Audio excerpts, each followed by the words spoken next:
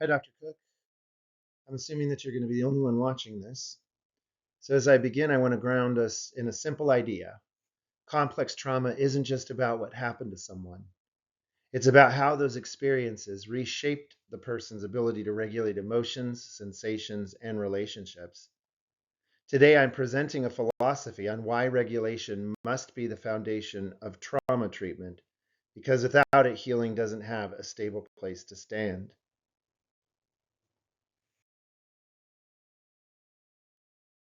Why a philosophy of regulation? The central argument of this presentation is that regulation is not just a technique, but the philosophical foundation of trauma treatment.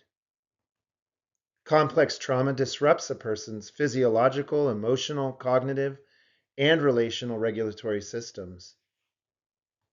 Hopper emphasizes that dysregulation is not a set of symptoms, but an adaptive survival strategy. Because trauma reorganizes the nervous system around danger, treatment must begin with reorganizing it around safety. How can anybody listen if they're feeling threatened? How can anybody share if they don't feel like there's a safe environment? Uh, so without this, no memory processing parts work or narrative construction can occur.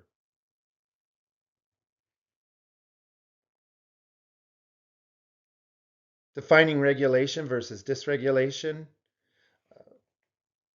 Regulation Regulation means the ability to stay within the window of tolerance, neither overwhelmed nor shut down. It requires integration between body, emotion, cognition, and typically develops through attuned caregiving. Co-regulation is also essential. We learn stability through other people's nervous system or another person's nervous system through relationship. Dysregulation shows up as hyperarousal,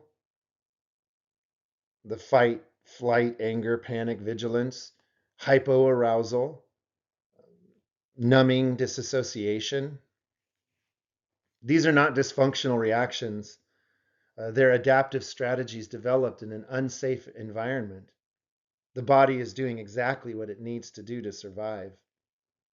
A philosophical claim here is dysregulation is an intelligent form of self protection. Regulation is the reclaiming of one's internal world.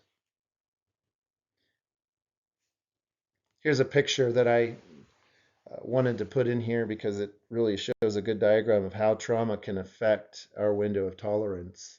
I'm sure you know it all by heart, but for me it was interesting.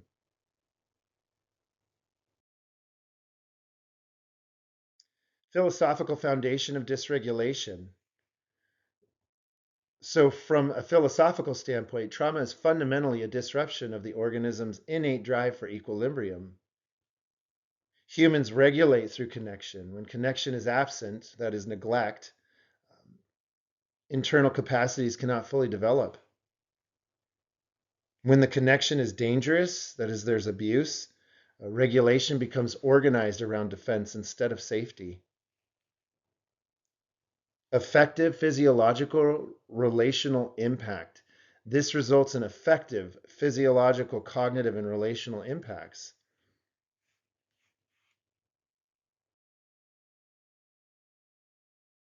Trauma is adaptive dysregulation. Trauma survivors develop adaptive dysregulation.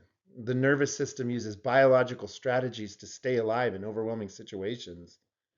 Hyperarousal is protective vigilance. Hypoarousal is protective shutdown. Either way, they both relate with protecting a person, self protection. Disassociation is a last resort, escape from pain. Van der Kolk's research shows trauma reorganizes the brain around threat detection, making these patterns automatic. Porg's polyvagal theory shows that the automatic nervous system shifts into defensive states. Philosophically, these patterns are intelligent. Treatment must honor them as survival strategies before trying to change them.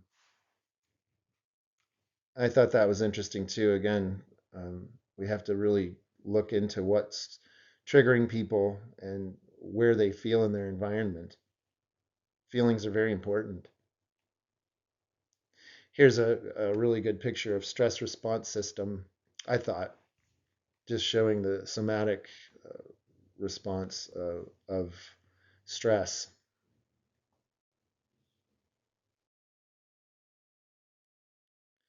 Regulation is repatterning the nervous system. Regulation isn't about calming down, it's about repatterning automatic survival reactions. The goal is to restore ventral vagal functioning, the system responsible for safety, connection, and curiosity. As the window of tolerance expands, clients can experience emotion without collapsing into panic or shutdown. Philosophically, this means regulation is the process of reclaiming one's internal world. Sensations, emotions, thoughts, and relationships become things a person can tolerate and stay present with.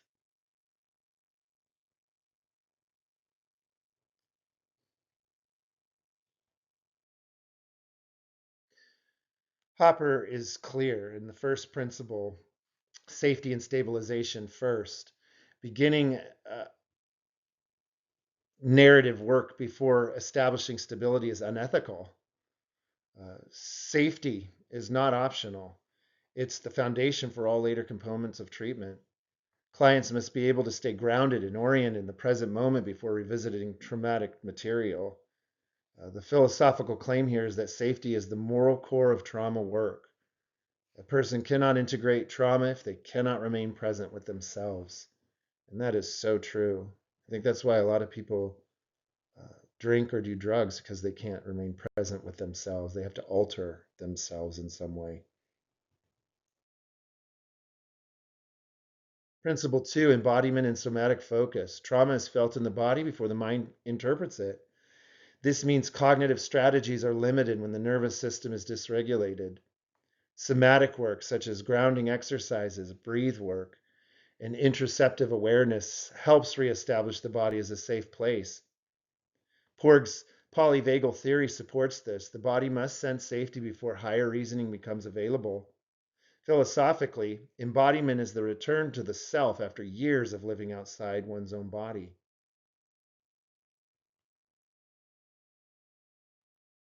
Principle 3, co-regulation and therapist role. Dysregulation begins in a relationship, so healing must also happen relationally. And there can't be that if you don't feel safe with people. The therapist offers attunement, containment, and pacing, essentially acting as a temporary external nervous system. Over time, the client internalizes this steadying presence and begins to regulate independently. That's attunement and pacing. The philosophical principle here is that humans regulate through connection, and the therapeutic relation becomes the corrective emotional environment needed for healing. Principle 4, choice and agency. A loss of control defines trauma, regulation restores it. Giving clients choice, whether in tools, pacing, or depth of engagement, directly counters the powerlessness of trauma. Hopper's toolbox approach holds that clients must discover what works for their unique neurobiological patterns. Philosophically, agency is essential to healing. It reorients the self from victimhood to empowered participation in one's own recovery. I was thinking here of systems, subjective systems theory that you talked about in your PowerPoint. Um, just the whole concept behind that is very interesting to me. I definitely want to pursue that further. To conclude, regulation is the philosophical and clinical foundation of trauma therapy. Complex trauma reorganizes the body and brain around defense, and regulation reorients them towards safety. Only when clients can remain within their window of tolerance can they engage in deeper therapeutic processes. Regulation restores presence, connection, and agency, ultimately making health healing possible. The entire philosophy rests on the belief that safety is the starting point, the process, and the outcome of trauma treatment. Because ultimately, when somebody's traumatized, they don't feel safe in their lives. I think about what I read in the other book that you have us reading, that the trauma is just the first step in having to deal with it in the future. And I think here also of Jesus Christ and the way he presented himself to the world. He didn't know, he didn't have to be taught what was in man. He didn't have to be told what was in man or woman. He knew. And anytime he was with broken people, which no doubt back in that day, first century AD, they had mental disorder. They just didn't have definitions for those disorders. So you think about somebody like the woman who was caught in adultery in the very act. Something brought her to that point. And even the mental disorders in the men who were picking up stones to throw them at her. Just the lack of attunement all around was evident. But Jesus being attuned, at least not necessarily attuned with the people, but he was in complete attunement with the universe. He was perfect.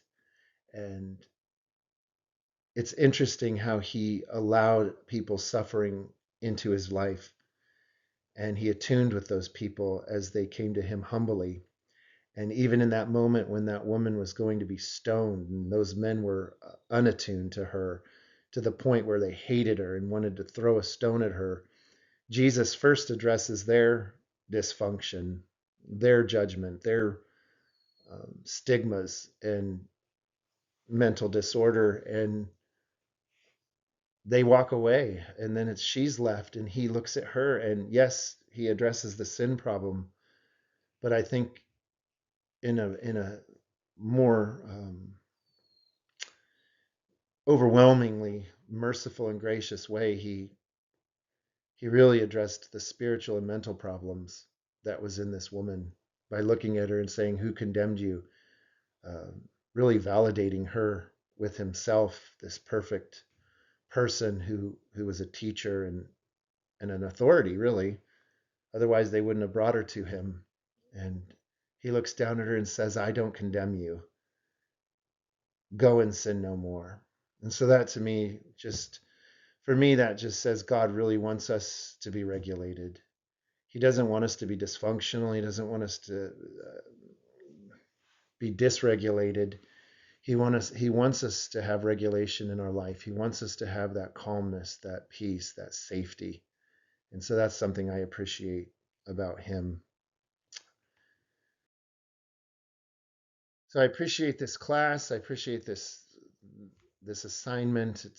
The studying has really been so helpful for me to understand